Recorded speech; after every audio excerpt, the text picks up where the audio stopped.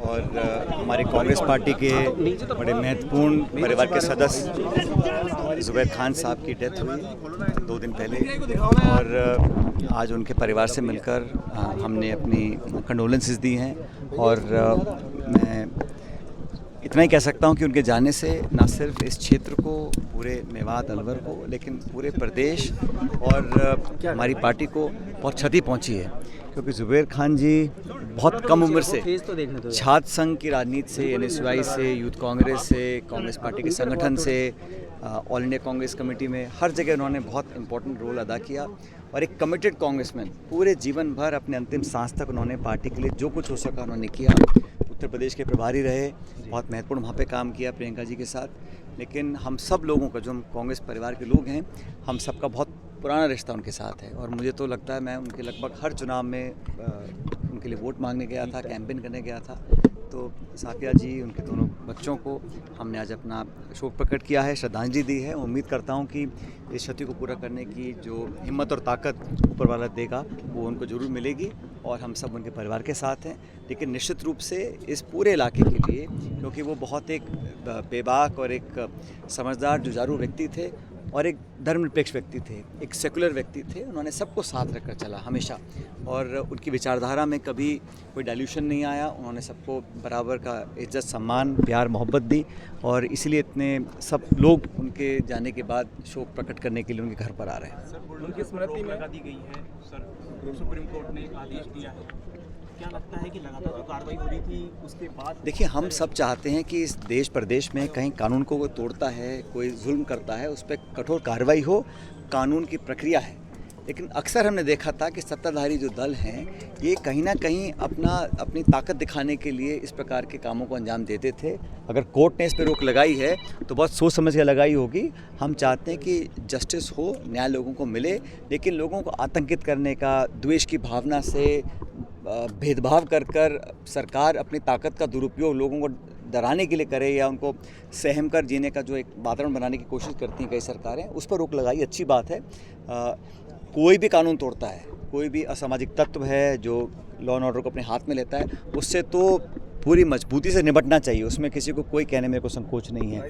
लेकिन जो supreme court ने अगर आदेश दिया है तो मैं इसका स्वागत करता हूं, क्योंकि ये कहीं ना कहीं लोगों को आईना दिखाया है जो कानून के सीमाएं लांघकर अपनी ताकत दिखाना चाहते थे। विधायक की स्मृति में कोई सड़क और ये कहीं पर भी हो, चाहे राजस्थान हो, जब पुलिस का कोई कौन ना हो, सुप्रीम कोर्ट का अगर कोई स्टेटमेंट या जजमेंट आए, सब पे लागू होगा। Dream project Delhi Mumbai express पर लगातार गड्ढे हो रहे हैं और वो गड्ढे अब सामने आने लगे हैं, एक्सीडेंट वो आप देखिए ना, ट्रेन के कितने एक्सीडेंट हुए हैं, देश के कितने एयरपोर्ट्स की छतें गिर रही हैं, यहाँ तक कि बताते हैं कि मंदिर में भी, अयोध्या में, वहाँ पानी टपक रहा है, लीकेज हो रहा है। अभी शिवाजी महाराज की मूर्ति महाराष्ट्र में वो एकदम गिर गई, उसके लिए प्रधानमंत्री माफ़ी मांग रहे हैं। तो इंफ्रास्ट्रक्चर 10 साल में जो इंफ्रास्ट्रक्चर की बात करते थे, आज कहीं ना कहीं वो पूरी सुई घूम गई है और सबको नज़र आ रहा है कि गुणवत्ता कहाँ पर है, कितनी लापरवाही से कामों को किया गया है। तो इस पर तो सरकार को जांच बिठानी चाहिए और जो दोषियों को सज़ा देनी चाहिए।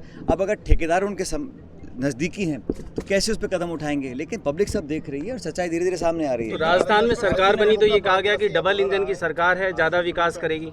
क्या बोल रहे हैं? आरएसएस प्रमुख है, 5 दिवसीय दौरा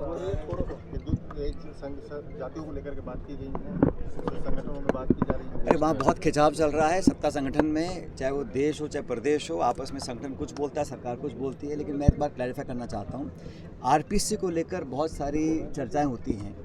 अब उसमें उसको भंग करने की बात, पुनर्गठन करने की बात, उसकी विश्वसनीयता को दोबारा कायम करना, ये मुख्य मुद्दा है। अब आप बहाने मारकर उसको रिफॉर्म ना करें, उसमें अच्छे लोगों को ना बिठाएं, तो इसमें किसकी जिम्मेदारी है? अब उसको डिसमेंटल करें, भंग करें या ना करें, उसको रीऑर्गेनाइज करें, उसको रिफॉर्म करें, नए लोगों को वहाँ पर बिठाएं, इसमें कौन रोक रहा है? अच्छी साफ छवि के विश्वसनीय काबिल लोगों को वहाँ बैठने का मौका मिलेगा तो न्याय होगा। अब संदिग्ध लोगों को वहाँ बिठाएंगे, जो पैसे लेते हुए पकड़े जा रहे हैं, जेलों में जा रहे हैं, तो नए नौजवान लोगों को क्या आस्था बचेगी उस संस्था के अंदर?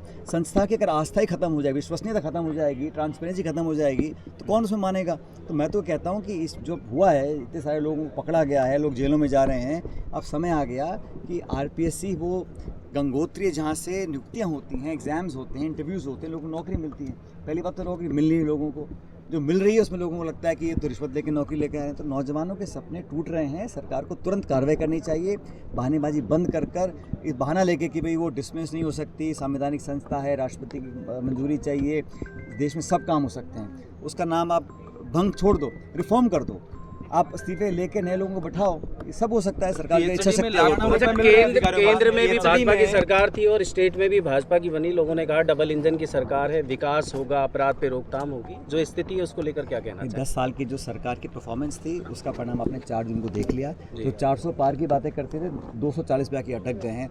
अब वही भड़ास है, अगर संख्या बल पर्याप्त होता तो बीजेपी के नेता लगातार राहुल गांधी जी को कोसते नहीं। इस बार जो अनाप शनाप बातें बोली जा रही हैं, गालियां दी जा रही हैं, मौत की धमकी दी जा रही है, उनकी ज़बान काटने पर इनाम का ऐलान जो शिवसेना के विधायक कर रहे हैं, जो भाजपा के केंद्रीय मंत्री हैं बिट्टू जी, वो क्या क्या राहुल गांधी के बारे में बोल रहे हैं, उनको शर्म आनी चाहिए, माफ़ी मांगनी चाहिए बीजेपी के नेतृत्व को और देश की सरकार को। और ये मुझे लगता है कि ये 10 साल की विफलताएं अब सामने आ रही हैं। बैसाखियों पे केंद्र सरकार चल रही है, भाजपा का मनोबल गिरा हुआ है। हरियाणा जम्मू कश्मीर के चुनाव प्रचार में भाजपा पिछड़ रही है। दोनों राज्यों में कांग्रेस की सरकार बनने वाली है। भी बड़े सवाल उठाए गए कि उन्होंने राहुल गांधी जी ने सिर्फ जनता की बात को उठाया है, उनकी बातों को तोड़ मरोड़ के आज नहीं 10 साल से खरबों रुपए खर्च करती है बीजेपी राहुल जी को छवि को डैमेज करने के लिए। जितना वो राहुल गांधी जी के बारे में गलत बोलेंगे पब्लिक उतना हमारे साथ सर पीएचडी के अधिकारी हैं, उनके जो घर हैं लाखों रुपए नकदी वहाँ पर मिल रही है। करप्शन पे सरकार को रोक लगानी चाहिए।